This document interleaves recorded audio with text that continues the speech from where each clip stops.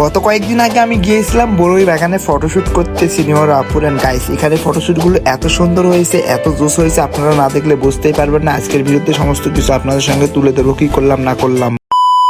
Hello everyone, আসসালামু আলাইকুম। কি অবস্থা সবার, কেমন আছেন সবাই? আশা করি সবাই অনেক বেশি ভালো আছেন। এন্ড গাইস, আমি আলহামদুলিল্লাহ আপনাদের দোয়া ও ভালোবাসায় অনেক বেশি ভালো আছি। It's me Shamim and welcome to my Facebook page SR blogs and YouTube channel SR blogs official. আপনারা ইতিমধ্যে জেনে গিয়েছেন আজকে আমরা কোথায় আসছি। আজকে আমরা আসছি বড়ই বাগান এন্ড এটার লোকেশন হচ্ছে রাজশাহী ভার্সিটির একদম সামনে, মানে অপোজিটে বড়ই বাগান। এটা অনেকে চিনে, অনেকে চিনে না, আর যারা চিনে না তাদের সুবিধার্থে লোকেশনটা আমি বলে দিলাম। আবারও বলি, রাজশাহী ভার্সিটির ঠিক অপোজিটে একদম এই লোকেশনটা। আর আজকে আমরা আসছিলাম দুপুরের পর, মানে 4টার দিকে আসছিলাম। আমি সোহানুর আমরা দুজন চলে আসলাম, মানে আপু আমাদের সাথে অ্যাড হয়ে আমরা সরাসরি চলে আসছি এই বাগানে। যেহেতু আমাদের হাতের সময় কম ছিল, কম বললে ভুল হবে, মোটামুটি সময় ছিল, এই জন্য আমরা দেরি না করে সরাসরি শুট করে দিই। আর আমাদের শুট গুলো অনেক সুন্দর আসতেছিল, আর আপু অনেক সুন্দর সুন্দর পোজ দিতে পারছিল। আপু অনেক এক্সপিরিয়েন্স পারসন মনে হচ্ছিল, বাট আপু অনেক সুন্দর পোজ দিতে পারছিল। সত্যি বলতে গাইস, আজকের পিক গুলো অনেক বেশি সুন্দর হচ্ছিল। আশা করি আপনাদের অনেক বেশি ভালো লাগবে। আপনারা আমার পেজে গেলে দেখতে পারবেন আসলে পিক গুলো কেমন হয়েছে। আর কিছু সুন্দর সুন্দর পিক তোলার জন্য আমি গাছে উঠে পড়ছি। আর একটা সুন্দর পিক তোলার জন্য অনেক পরিশ্রম করা লাগে, অনেক খাটাখাটনি করা লাগে। আসলে ক্যামেরার পিছনে যারা থাকে আসলে তারাই বোঝে একটা সুন্দর, একটা পারফেক্ট ছবি তোলার জন্য কত পরিশ্রম করা লাগে, কত খাটাখাটনি করা লাগে। আমরা দেখে মনে করি একটা ছবি তো তুলছে, এটা তো আহামরি কোনো কিছু না,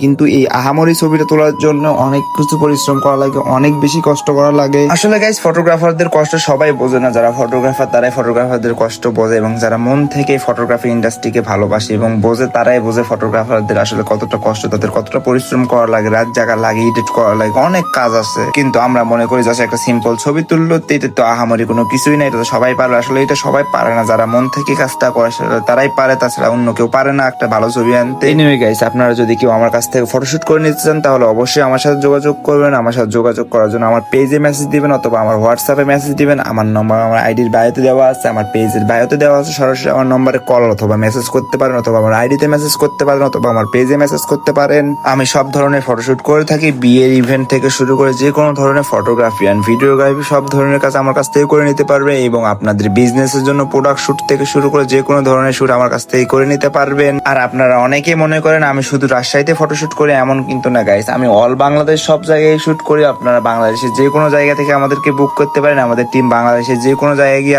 আপনাদের ফটোগ্রাফি এবং ভিডিওগ্রাফি আমরা করে দিয়ে আসতে পারবো। বাংলাদেশের যে কোনো জায়গা থেকে আমাদের সাথে যোগাযোগ করতে পারেন, আমাদেরকে বুক করতে পারেন। আমরা খুব যত্ন সহকারে আপনাদের ইভেন্ট কভার করে দিয়ে আসবো। আমাদের উপর ভরসা রাখতে পারেন, রাখে নিশ্চিন্তে আমাদেরকে ইভেন্ট দিতে পারেন। এছাড়াও আমি সিঙ্গেল পার্সোনাল ফটোশুট থেকে শুরু করে সব ধরনের সিঙ্গেল আউটডোর শুট করে থাকি, ইনডোর শুট করে থাকি, কাপল শুট করে থাকি, সব ধরনের শুট করে থাকি। সো এভরিওয়ান, আজকের ভিডিওটি এই পর্যন্ত। ভিডিওটি কেমন লাগলো অবশ্যই কমেন্ট করে জানাবেন। দেখা হবে পরবর্তী ভিডিওতে আপনাদের সঙ্গে। ততক্ষণ সবাই ভালো থাকুন, সুস্থ থাকুন, আল্লাহ হাফেজ।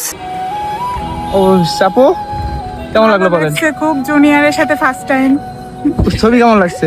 ছবিগুলো ভালো হয়েছে অনেক। দেখ, চেষ্টা করছি হচ্ছে অবস্থা। আমরা এই গহীন অ্যামাজন জঙ্গলের মধ্যে ছিলাম, ওখান থেকে বের হয়ে এই যে বের হয়ে চলে আসলাম